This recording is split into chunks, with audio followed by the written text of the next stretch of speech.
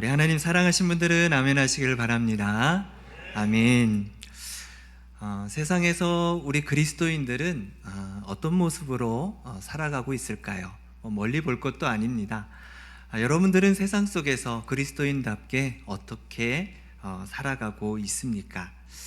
2023년에 한국기독교 목회자 협의회가 발표한 자료에 의하면요, 20, 30대 기독교 청년 중에 약 한 43%가 신앙 때문에 사회생활에서 불이익을 경험했다라는 그러한 답을 했습니다. 그리고 그 중에 67%가 다른 사람들 앞에서 내가 기독교인이라고 이렇게 밝히는 것이 꺼려진 적이 있다, 이렇게 고백하기도 했습니다. 더 놀라운 것은요, 교회를 떠난 청년들이 있습니다. 보통 이제 가난한 성도라고 우리가 표현을 하고 있는데, 그 중에 청년들이 있겠죠. 그 청년들의 58%가 세상에서 크리스찬으로 살아가는 것이 너무 힘들다라는 그런 답을 했습니다. 몇 년 전에 배우 유수영 씨가 있습니다. 이렇게 막 많이 알려져 있는 배우는 아닌 것 같아요. 요즘에 TV 프로그램 펀스토랑이라는 곳에서 어남 선생으로 이렇게 음식을 굉장히 맛있게 그리고 쉽게 만드는 그러한 배우인 것 같습니다. 근데 그분이 한 방송에서 이런 이야기를 했습니다. 제가 연예계에 들어왔을 때 선배들이 모이는 술자리에서 술을 안 마신다고 하니까 이 바닥에서 어떻게 살아나려고 그러느냐, 이런 말을 들었다라는 것입니다. 기도하는 모습을 보고 요즘 세상에 그런 사람들이 어디 있느냐, 비웃는 사람들도 있었다라는 거예요. 그런 것이 너무나도 힘들었다라는 것입니다. 자신의 신앙을 숨기고 싶었던 그런 순간들이 너무나 많았다, 이렇게 고백을 했었습니다. 기부천사라고 부르기도 하고 런닝 전도사라고 표현하고 있는 가수 션이라는 분이 있죠. 가수 션과 정혜영 부부가 한 인터뷰에서 이런 말을 했습니다. 결혼 후에 아내와 함께 교회를 섬기면서 방송 활동이 줄어들었다라는 거예요. 매니저는 주일에도 일정을 잡아야 살아남을 수 있다, 이렇게 말을 하고, 주변에서도 신앙 때문에 경력을 망치려고 하느냐, 이런 말을 들었다라는 것이죠. 솔직히 흔들렸다라는 겁니다. 가족을 먹여 살려야 하는데 이게 맞는 선택일까, 그런 의심이 들었다라고 고백을 했습니다. 이것이 꼭 연예인들만의 일은 아니겠지요. 2024년 한국갤럽이 실시한 조사에서 직장인 그리스도인들의 31%가 신앙 때문에 승진이나 업무 배치에 불이익을 당했다, 이렇게 답을 했습니다. 특히 금융권이나 또 IT 업계에 종사하는 사람들의 그 응답률이 훨씬 높았습니다. 이런 것들을 볼 때에 사회 곳곳에서 그리스도인들이 신앙을 가지고 살아간다라는 것, 참으로 어렵다라는 것이죠. 아마 여러분들이 그 일들을 더 많이 느끼시리라 생각이 되어집니다. 성경은 우리에게 그렇게 이야기합니다. 우리에게 구원을 주신 이 복음은 기쁨을 주고 생명을 준다라고 그렇게 약속하고 있습니다. 예수님께서도 말씀하셨죠. 내가 온 것은 양으로 생명을 얻게 하고 더 풍성하게 얻게 하려 함이라, 이렇게 말씀을 하셨습니다. 그런데 왜 우리의 현실은 그렇게 고난과 어려움 또 외로움이 찾아오느냐라는 것이죠. 더 아픈 것은요, 교회 안에서도 이런 외로움이 찾아온다라는 것입니다. 목회데이터 연구소의 2024년 조사에 의하면요, 신앙 때문에 어려움을 겪을 때에 교회 공동체로부터 실제적인 도움을 받았느냐라는 이 질문에서 고작 27%가 그렇다라고 대답을 하고 73%는 혼자 감당했다라고 그렇게 대답을 했다라는 것입니다. 혹시 여러분들 중에 지금 이러한 상황에 놓여 계신 분들이 계십니까? 직장에서, 또 가정에서, 또 우리 청년들도 있는데, 또 학교에서 그런 신앙 때문에 어려움을 겪고 계시는 것은 아닙니까? 세상의 비웃음, 조롱 때문에 나는 예수님 믿는 사람입니다 라고 당당하게 말하기를 두려워하고 있는 것은 아닙니까? 내 신앙을 숨기고 싶고 이 길이 정말 내가 맞는 길인지 의심할 때가 있지는 않으십니까? 오늘 본문은요, 사도 바울이 디모데에게 편지하는 내용입니다. 그런데 지금 사도 바울은 지금 어디 있느냐? 로마 감옥에 갇혀 있는 상태입니다. 복음을 전했다라는 그 이유 때문에 그가 체포되고 죄수가 되었고 생명의 위기에 놓여 있다는 것이죠. 그런데 감옥에서 그의 제자 디모데에 대한 소식을 들은 거예요. 디모데는 에베소 교회를 목회하고 있는데 여러 어려움과 핍박을 받고 있다라는 그런 이야기를 들은 것입니다. 바로 그런 상황 속에서 스승인 바울이 제자 디모데에게 이야기하고 있는 거예요. 그 어려움에 대한 답을 해주고 있습니다. 그뿐만이 아니죠. 오늘날 살아가는 우리에게도 우리 안에 있는 수많은 그런 질문에 대한 대답을 오늘 말씀이 하고 있습니다. 우리가 왜 이 길을 걸어가야 되는지, 이 고난이 무엇을 의미하고 있는지, 그리고 이 길의 끝에는 무엇이 있는지 대답해주고 있습니다. 오늘 이 말씀이 여러분들에게 새로운 확신의 메시지가 되시기를 간절히 축복합니다. 말씀을 들어가겠습니다. 우리 9절 말씀 한번 보겠습니다. 9절 말씀 함께 읽겠습니다. 시작. 하나님이 우리를 구원하사 거룩하신 소명으로 부르심은 우리의 행위대로 하심이 아니요 오직 자기의 뜻과 영원 전부터 그리스도 예수 안에서 우리에게 주신 은혜대로 하심이라. 아멘. 이 말씀을 통해서 바울은 확신하며 이야기하는 것이 무엇이냐? 구원이 우리의 행위대로 되는 것이 아니라는 것입니다.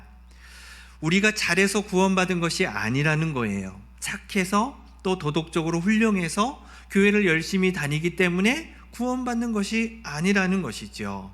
바울은 아주 분명하게 이야기하고 있습니다. 오직 자기의 뜻과 영원 전부터 그리스도 예수 안에서 우리에게 주신 은혜라 이렇게 말씀하고 있다라는 것이죠. 만약 우리의 행위대로 하나님께서 구원하신다면 구원받을 수 있는 사람이 어디 있겠습니까? 다 우리 모두가 은혜로 구원을 받은 것이지요. 여기서 우리가 주목해야 될 단어가 있다면 영원 전부터라는 그러한 표현입니다. 이 말은 하나님께서 우리를 구원하시기로 작정하신 것이 어제 오늘 일의 일이 아니라는 것입니다. 우리가 태어나기 전부터, 이 세상이 창조되기 전부터, 시간이라는 것이 시작되기 전부터 이미 하나님께서 그리스도 예수 안에서 우리를 구원하시기로 계획해 놓으셨다라는 것입니다. 여러분, 이것이 얼마나 놀라운 하나님의 은혜입니까? 우리가 하나님을 찾은 것이 아니라 하나님이 우리에게 직접 찾아와 주셨습니다. 우리가 하나님을 선택한 것이 아니라 하나님께서 이미 우리를 선택하셨다라는 것이죠. 여러분, 이것이 복음입니다. 이것이 기쁜 소식입니다. 아멘이십니까?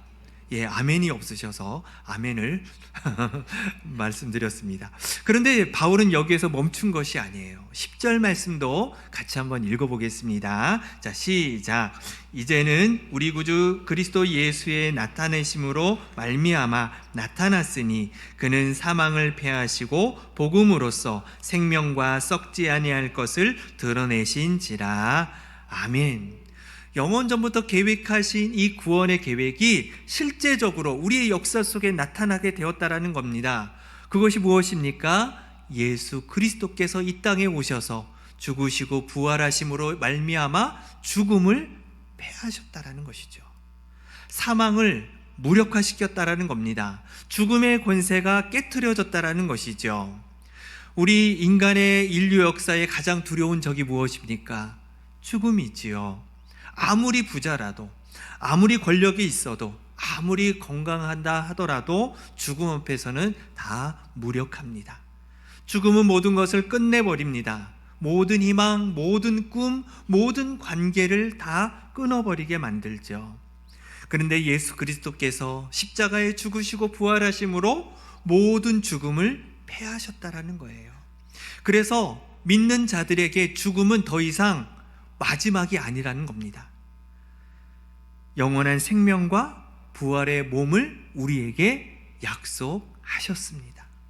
이것이 복음의 능력인 줄로 믿습니다. 복음은 단순히 좋은 가르침, 도덕적 교훈이 아닙니다. 복음은 죽음을 이기는 능력 그 자체입니다. 한번 따라 하실까요? 복음은 죽음을 이기는 능력이다. 아멘이십니까? 그렇습니다. 이 복음이 영원 전부터 계획되었고 그리스도 예수 안에서 완성되었습니다. 그렇다면 이것이 우리의 일상에서 어떤 의미를 가지고 있을까요? 신앙의 여정에서 우리는 자주 흔들릴 때가 너무나 많이 있습니다. 그럴 때 우리는 무엇을 바라봐야 되냐는 것이죠. 내가 가지고 있는 것을 바라보시겠습니까? 내가 가지고 있는 그 권력을 보시겠습니까? 내가 가지고 있는 그 세상의 그 어떤 거 다 썩어지고 없어질 것들이지요. 우리의 몸도 마찬가지입니다. 우리는 얼마나 연약합니까? 그렇기 때문에 우리가 바라봐야 될 것은 영원 전부터 준비해 놓으신 하나님의 그 은혜를 바라봐야 될 줄로 믿습니다. 사망을 이기신 그리스도의 그 능력을 바라봐야 될 줄로 믿습니다.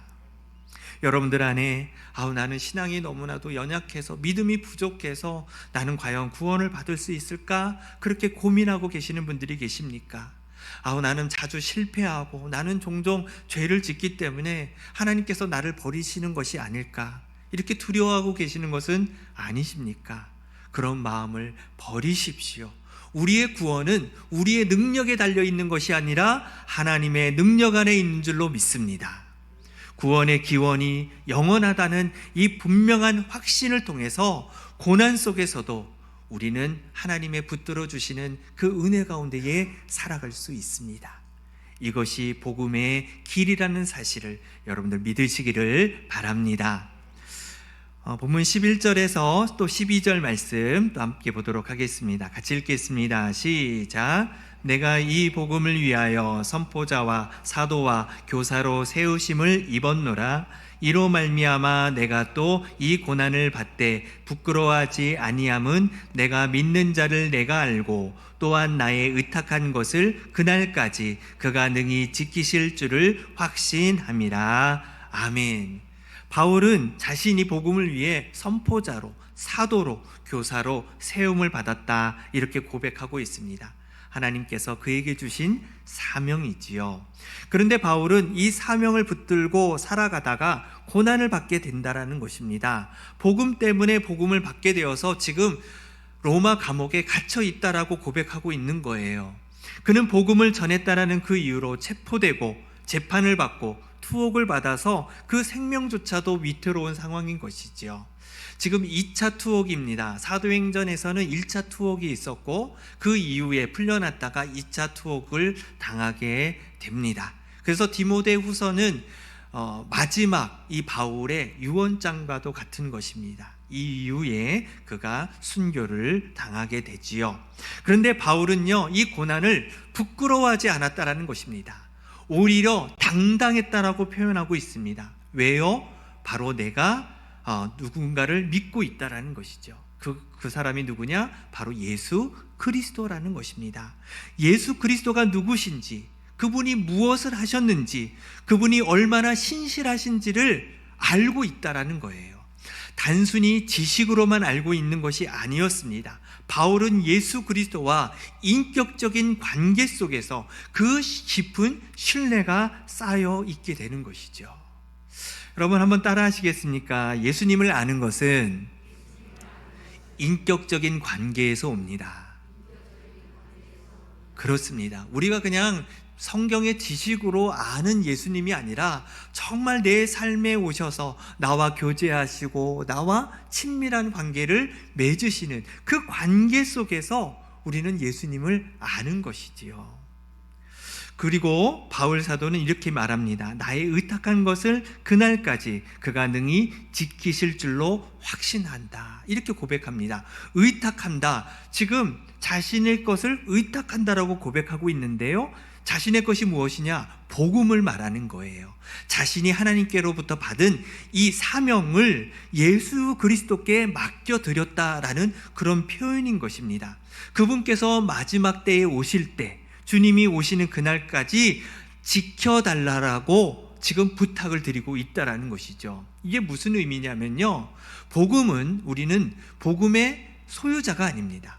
우리는 복음의 수호자입니다. 한번 따라해 보실까요? 복음의 수호자. 그렇습니다. 이 복음의 수호자라는 말이 무엇이냐? 예수 그리스도에 대한 진리를 적극적으로 지키고 변호하고 삶으로 증명하며 전파하는 사람을 복음의 수호자라고 하는 것이죠. 복음을 우리가 만들지 않았습니다. 하나님께서 우리에게 맡겨주신 것이죠. 그렇기 때문에 이 사명, 이 복음을 지키고 보존하는 그런 일, 다음 세대에 전파하는 것이 복음의 수호자가 하는 일이라는 것입니다. 바울은 디모데에게 같은 권면을 내리고 있습니다. 우리 13절, 14절 말씀도 함께 읽어보겠습니다. 자, 시작. 너는 그리스도 예수 안에 있는 믿음과 사랑으로서 내게 들은 바 바른 말을 본받아 지키고 우리 안에 거하시는 성령으로 말미암아 내게 부탁한 아름다운 것을 지키라. 아멘. 바울은 디모데에게요, 자신에게 배운 건강한 말씀의 본을 가지고 또 건전한 가르침의 모범을 가지고 지키라고 말씀하고 있습니다.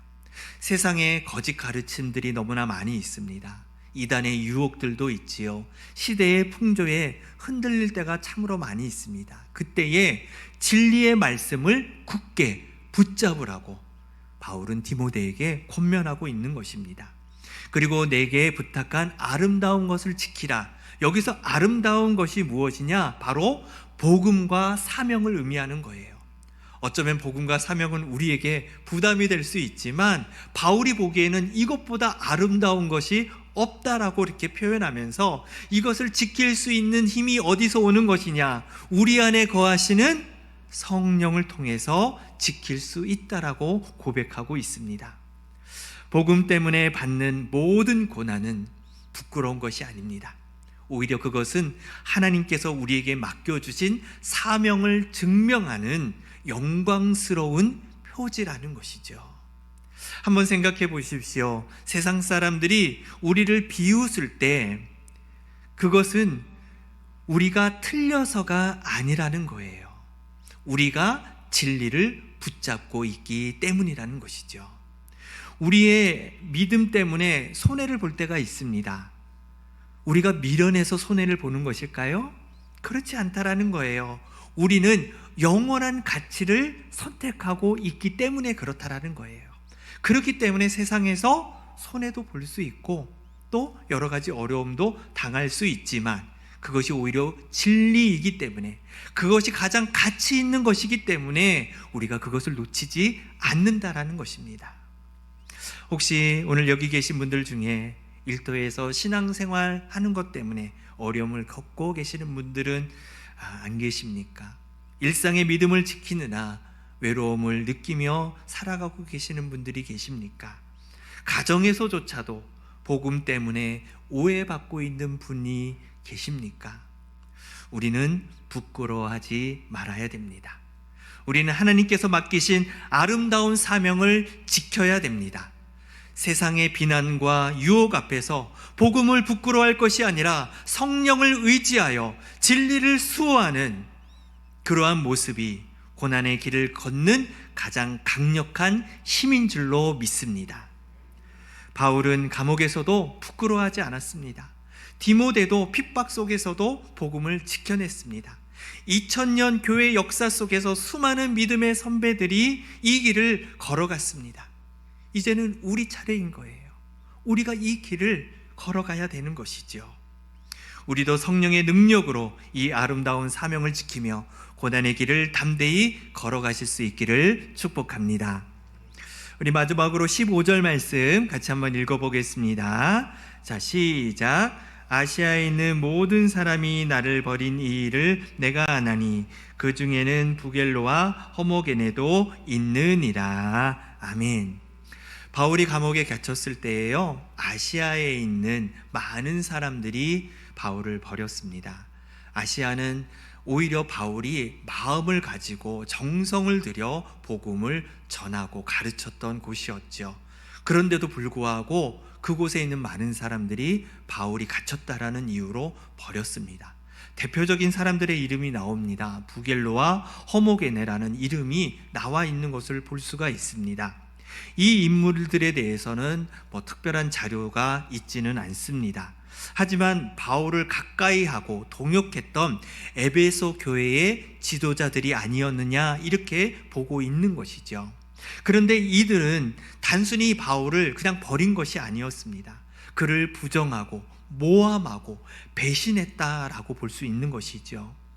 바울에게 이것은 얼마나 고통스러운 그러한 일이었겠습니까?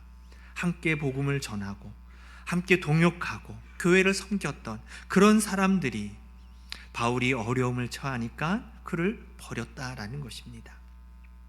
복음의 길은 종종 외로운 것 같습니다. 모두가 우리를 응원해 주지 않습니다.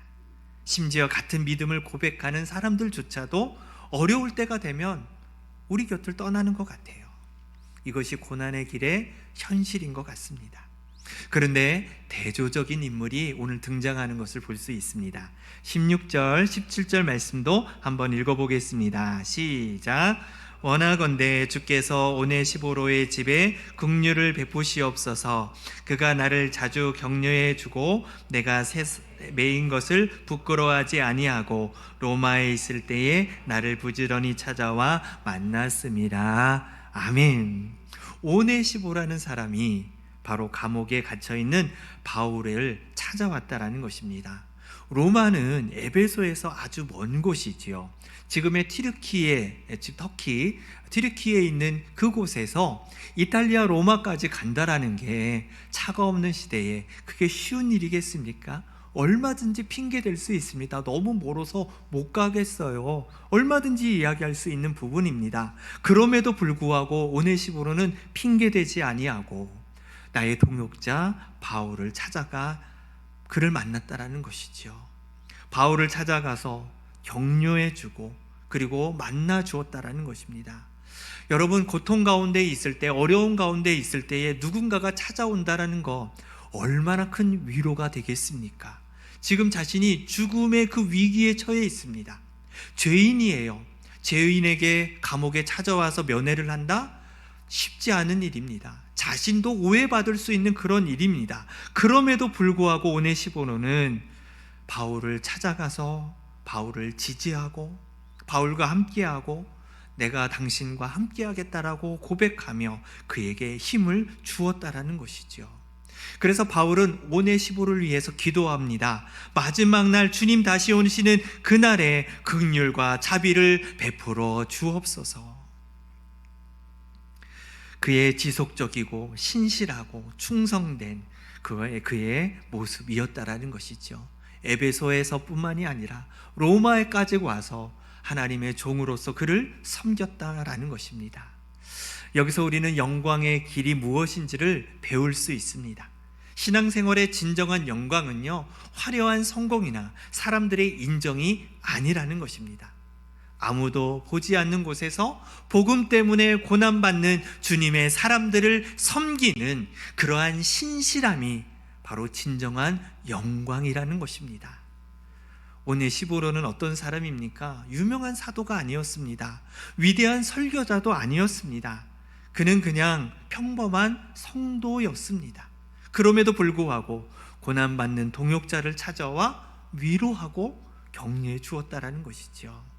그래서 바울이 끝까지 그를 위해서 축복 기도를 드리는 것을 볼 수가 있는 것입니다. 이것이 바로 영광의 길입니다.